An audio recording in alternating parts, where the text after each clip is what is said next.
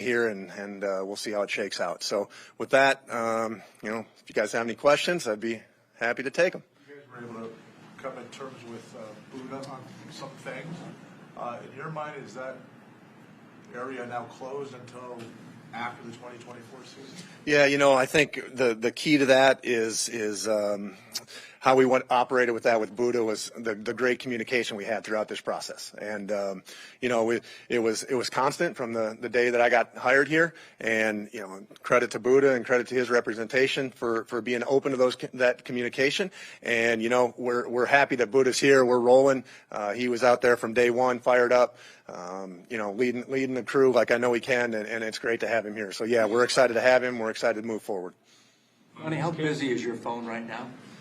I think, Craig, I don't think that, I wouldn't say that it's real busy right now. I think a lot of teams are set with what they are, at least for the first week of camp, right? And so, I think a lot of competition across the league is taking place. Certainly this week starting that really the position battles and the roster really starts to shake out, but it really doesn't start until pads go on. And we haven't, today was our first day that we've put any pads, so we got a lot of work to do on just seeing where we stand. And so I think those conversations about where teams might be heavy, where teams might be light, I think those are going to come here in the next week or two, certainly after teams play a game and have a better idea of where exactly they're at.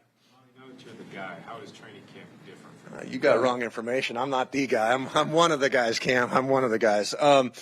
No, it's been exciting. It's been, been waiting, excited all summer. It was good to get away a little bit, have some downtime. But, I think I've been chomping at the bit to get back here and to really put everything together, everything in our football operations, to get it moving. This is why we're here. This is why we're here, is to put the football team and field a competitive team and get out there and go try to win games. So it's been exciting. It's been exciting to be around everyone. We've had our scouts in for the last week, had great sessions with them, to sit down and talk with them, before they go out and hit the road. It's been great to, start getting our processes ready to roll for the preseason scouting process.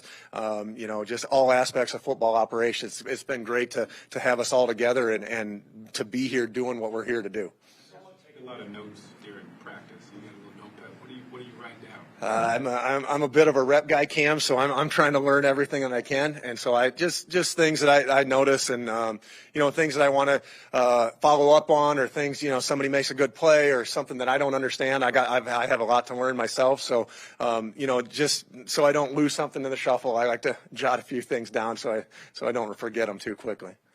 So many people have talked after the draft and all the moves you made and gave you your proper credit. But a lot of that is we talk about in the future, like beyond this year. How much of your focus is on this season right now, and how much of it is the big picture and trying to rehab everything to get to the way you want it? Yeah, I think 100% of our focus is on this year. It's on today. It's how we can get better today and how we can get this team rolling in the right direction for 2023. Now, with that, every decision that we make affects not only this year but subsequent years. So every decision that we make has an eye to the future. And I think there's a lot of things that we're trying to put in place, just how we think. This is the first time JG and I have been in a camp together. So there's things that we're trying to put together, that processes and structures and things that we're doing for the players that maybe haven't been done before, been done differently. So I think all of that is both important for this year, and it's important as we build this thing to move forward. But to answer the question shortly, 100% of our focus is on how we get this team better, just specifically today. You mentioned the scouts, and certainly when someone comes into a new job like you, there's certain guys from there that are already there that remain. How would you evaluate all that, and what it will look like, going forward in terms of the whole personnel department? I know you brought in some guys, but a lot of the guys who were here before. Yeah, and really, it's been an exciting week for us because it's been the first most concentrated time that we've been able to sit down, not faced with the onslaught of the draft upcoming, and so it's really focused on getting everybody to speak the same language, right? Like there's been processes in place that maybe haven't been used here, that I'm changing, or the way we talk about players in terms of evaluating the skill set or evaluating the player. So it's about getting guys that may not be used to the language that I'm used to, based on, or used to the way of evaluating players that I'm used to, and it's really getting us all on the same page, not trying to get us to all agree, but it's so that we can all communicate in the same language, really, so to speak. So that's been it's been a great week to do that. That process is going to continue as we go through the fall here in their processes, and then once we bring them back in for later meetings on down the line. So it's going to be a constant process of us talking, communicating, bouncing ideas off each other to get to a point where, we're all speaking the same language. How would you assess Kyler's rehab up to this point? What's it like waiting for him to come back, and then with the multi-part clutch, and then when do you kind of think he could start building in? Yeah, and I think most important with that, Josh, is that we're focused on getting Kyler healthy, right? And that's not in my area of expertise. I'm relying on the people that specialize in that, and they're doing a great job. And Kyler's doing a great job. He's jumped in, feet first with that, and he's rolling on that. And so, really, for us, we're not sitting there looking at a calendar counting the days. Like when these rehabs, they're not a linear progression. There's good days, there's bad days, and so when Kyler's ready to be put out on the field, both physically and mentally, we're going to get him out there. We're not going to hesitate to put him out there. But until we get to that point where physically he's ready to do it, we're going to take it day by day and see where he's at. Considering the picks you stockpiled for next year, you can appreciate, I'm sure, all the way too early speculation about what this team could do, especially if it gets 2 high first-round picks. When do those talks start to happen? Because you could have very difficult decisions and yet fun decisions to make at some point. Yeah, really. I mean, it just to be honest with you, it really doesn't matter where we pick. It doesn't. So our scouts have already begun the process of preparing for the 2024 draft, and they started that process. Quite frankly, the day after the 2023 draft ended. So our guys are working hard. It doesn't matter if we pick where we pick, and we're going to be prepared to pick at any spot that we are. I mean, we have to be prepared. You guys have seen how the draft works. Like, that guy won't be there. That guy won't be. Well, we'll see. We'll see. So, really at this point, it's way too early in the process to say, we're going to be picking here, we're going to be picking there. We're canvassing. Our scouts are going out. We're scouting the entire country, and just so we're prepared for the entire draft. Are you prepared to do anything with those picks in terms of player, quarterback, for instance, a wide receiver, whatever you want to do? Holy moly, man! I'm just trying to get through Tuesday here. Yeah, no. Listen, every draft is the same. We scout every position equally. It's not. We don't go into a draft saying this year we're all set at this position. We're scouting every position, no matter who's on the roster right now. I think to Bob's point, though, that when Kyler is healthy, does he need to prove something to you guys?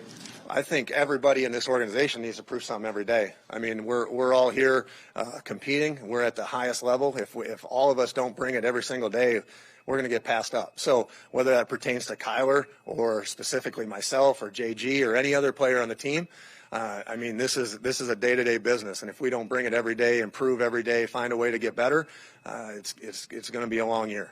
Well, you personally, how much of a priority was it to add to the strength and conditioning and performance staff, which you did, and how would you evaluate the impact they've had as we're here now?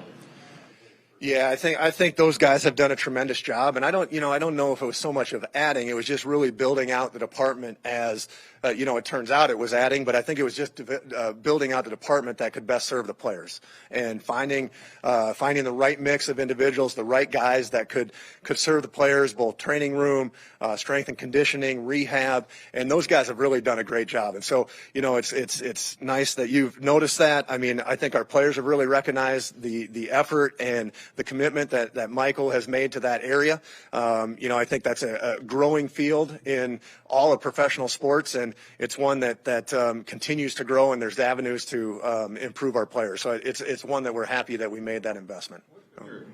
For you personally, how special is this? Because this is your first draft class, so what's it like to finally see that product on the field? Yeah, it's great. I mean, those guys have done a great job since the day they came in, and we put a lot of work into evaluating those players, both as football players and as people, and to see them come in and give the rookies give the impact that they've given just in terms of dedication and work ethic and the time that they've spent. It's great. It's great to see really that pay off. Now, hey, they're still rookies. They got a long way to go. But they're going to have every opportunity, just like the other 90 guys on the roster have. So they're putting themselves in good positions to help us out just by what they're doing and how they're approaching their work. What have you seen out of Clayton so far? Yeah, Clayton's done great. Clayton's come in and he's approached it like a pro. You know, he's put in extra time. He's put in extra time with our coaches, with our players. You know, it's the toughest position to play in professional football, and really probably the toughest position to play in professional sports. And so, you know, there's a lot that goes into that. There's a lot of extra time that you guys don't see here. The 2 hours of practice that you guys can come out and see. So Clayton's jumped in, as have all our rookies, all our quarterbacks. Like, they're putting in time that is required of that position, and it's fun to see him grow. Now, again, a long way to go, just like everybody else. But you know, I think there's the early starts have been promising on what we've seen from Clayton. For him coming out of a system that was so heavy in the air raid, going to a pro style offense, what kind of adjustments has he had to make, and how has he handled that jump?